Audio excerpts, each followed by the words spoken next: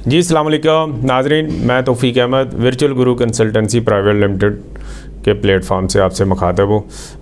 अल्हम्दुलिल्लाह आज हमारा जो बजट माली साल 2023 और 24 आ गया, इसमें काफ़ी खुशाइंद चीज़ें भी हैं, स्पेशली बिज़नेस के लिए। जो मैंने अभी तक स्टडी की है, सोलर्स पे काफ़ी डिस्काउंट दिया गया है और कुछ टैक्स में रिलीफ दिया गया है। लेकिन साथ ही साथ जो हम पहले भी कई दफ़ा कह रहे थे कि नॉन फाइलर्स पे बैंक से जब वो अपने बैंक से जब रकम निकालेंगे यानी विड्रॉल करेंगे तो उस पे 0.6% टैक्स लगा दिया गया है। यानी कि 1 लाख रुपये अगर आप अमाउंट कैश निकालते हैं या ट्रांसफ़र करते हैं तो 600 रुपये आपको टैक्स देना पड़ेगा, और ये टैक्स नॉन फाइलर को लगाया गया है। फाइलर को पे ये टैक्स बिल्कुल नहीं है। तो जैसे हम पहले भी कई दफ़ा कहते रहे हैं कि आप फाइलर हो जाएं, आप अपने बिज़नेस को रजिस्टर्ड करें, डॉक्यूमेंटेड करें और एक अच्छे कंसल्टेंट से अपना ये काम करवाएं और बेफिक्र होकर कारोबार करें। अब प्रॉब्लम क्या है कि हम जो अच्छा काम है ना, कोई भी अच्छा काम कह लें या लीगल काम कह लें, हम अच्छा इसलिए कहेंगे कि ये लीगल काम है, ये बेहतर काम है, तो वो 2 सूरतों में करते हैं। या फ़ायदे के लिए करते हैं, किसमें बहुत फ़ायदा हो रहा है कर लें जनाब, ठीक है, फिर तो रश लग जाएगा, और या मजबूरी में करते हैं। तो बेहतर यह है कि एक लॉन्ग टर्म प्लानिंग करनी चाहिए, एक अपने मुफाद के साथ साथ मुल्की मुफाद को भी सामने रखते हुए काम करना चाहिए। फाइलर होने से बेसिकली जहां आप अपना फ़ायदा थोड़ा बहुत ले रहे होते हैं, मुल्क का भी फ़ायदा हो रहा होता है, डेटा मरतब हो रहा होता है। तो अगर ये काम कर लें तो ये वाले आप जो टैक्स लगा इससे बच सकते हैं। बेसिकली जो हमने ट्रेंड देखा था 2019 तक, जब ये वाला टैक्स था तो आम जो दुकानदार थे, छोटे भी दुकानदार, वो टैक्स नेटवर्क में आ गए थे। अभी सिर्फ प्रॉपर्टी ख़रीदते वक्त या जो हम गाड़ी वगैरह ख़रीदते हैं तब देखते हैं कि टैक्स का बहुत ज़्यादा फ़र्क है तो फाइलर हो जाते हैं। ये जो वक्ती तौर पे फाइलर होते हैं ये उनके लिए बाद में परेशानी का सबब भी बनता है। अच्छा, उन परेशानी के सबब से ज़्यादा फिर हमें कह रहे होते हैं वो जी आपने फाइलर कर दिया था, ये नोटिस आ गया, वो हो गया, इससे बेहतर था हम ना होते। तो वो बेहतर तो आप ही आए थे, उस वक्ती फ़ायदा ले लिया, बाद में आप उसको कैरी ऑन रखें तो ज़्यादा बेहतर है। अब इंफॉर्मेशन हो सकता है आपने उस वक्त वक्ती फाइलर होने के लिए इंफॉर्मेशन आपकी हाइड की होगी, क्योंकि ये होता है, बहुत सारे हमारे पास केस आते हैं, वो कहते हैं जी हमें 0 पे फाइलर कर दें, हमें बस आप फाइलर करें और हमने कुछ ज़्यादा वो वर्किंग नहीं करनी, बस ये काम है वो करना है।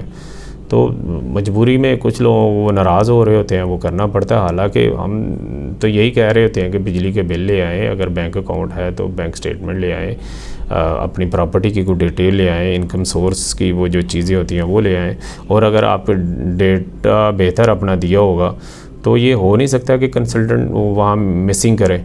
और अगर डेटा आपने ठीक दे दिया तो आपको किसी किस्म का ऑडिट का सामना नहीं करना पड़ेगा। ये बहुत बड़ी मिसकंसेप्शन है कि जनाब फाइलर होने के लिए टैक्स देना पड़ता है। भाई टैक्स आपको देना पड़ेगा जब आपकी इनकम टैक्सेबल होगी।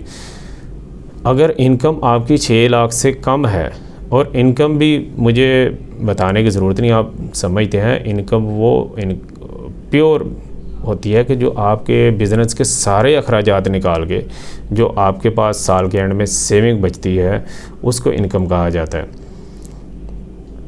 तो अगर अल्लाह ने प्रॉफिट दे दिया है तो उसमें थोड़ा सा टैक्स भी दे दें तो क्या हर्ज है। फिर दूसरा ऑप्शन ये भी है कि माशाल्लाह हमारा जो मुल्क है वो सदका खैरात देने में टॉप पे है, तो वो जो डोनेशन है या सदका है, इवन ज़कात है, आप रजिस्टर्ड जो हमारी ट्रस्ट हैं उनको दें, तो वो जितना आपने साल भर में ज़कात दी है या आपने डोनेशन दी है, सदका दी हैं, वो जितना टैक्स आपके ऊपर वाजिब अदा होगा उससे वो माइनस हो जाएगा।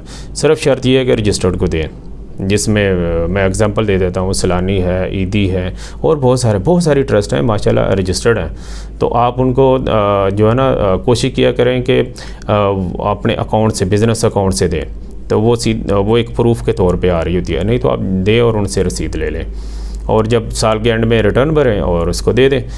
अब सूरत हाल ये होगी मैं बड़ी वाज़ेह और क्लियर कर देता हूँ कि अगर तो बैंक के थ्रू जो नॉन फाइलर जो हमारे बिज़नेस हज़रात थे वो काम करते हैं तो डेफिनेटली लाख के ऊपर टैक्स देंगे, जो कि उनकी प्रॉफिट मार्जिन को कम कर देगा। या फिर वो ऐसे कुछ होंगे, वो जज्बाती हो गए, नहीं जी हमने तो अभी बैंक के साथ काम नहीं करना, तो वो कैश कैरी करेंगे। तो कैश कैरी करना बज़ाते ख़ुद एक बहुत बड़ा रिस्क है। जाने गई हैं लोगों की, हादसे हुए हैं, डकैतियाँ हुई हैं, और सिर्फ डकैती नहीं हुई, मज़ाहमत पे कत्ल भी हुए हैं।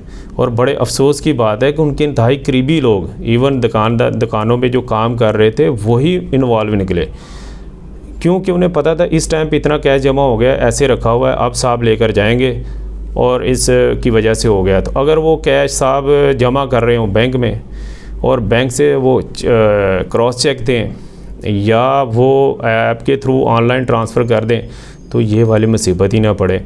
आप देखें अभी मंडी में लोग जा रहे हैं जानवर ख़रीदने कुर्बानी के लिए, तो जानवर से ज़्यादा संभालने से ज़्यादा मुसीबत ये पड़ी होती है कि जेब में जो कैश डाला हुआ है इसको कोई प्रॉब्लम ना हो जाए रास्ते में। तो अल्लाह करे ऐसा निज़ाम आ जाए कि लोग उधर बैठे मोबाइल पे, निज़ाम तो है लेकिन हम नहीं आ रहे। हम क्यों नहीं आ रहे?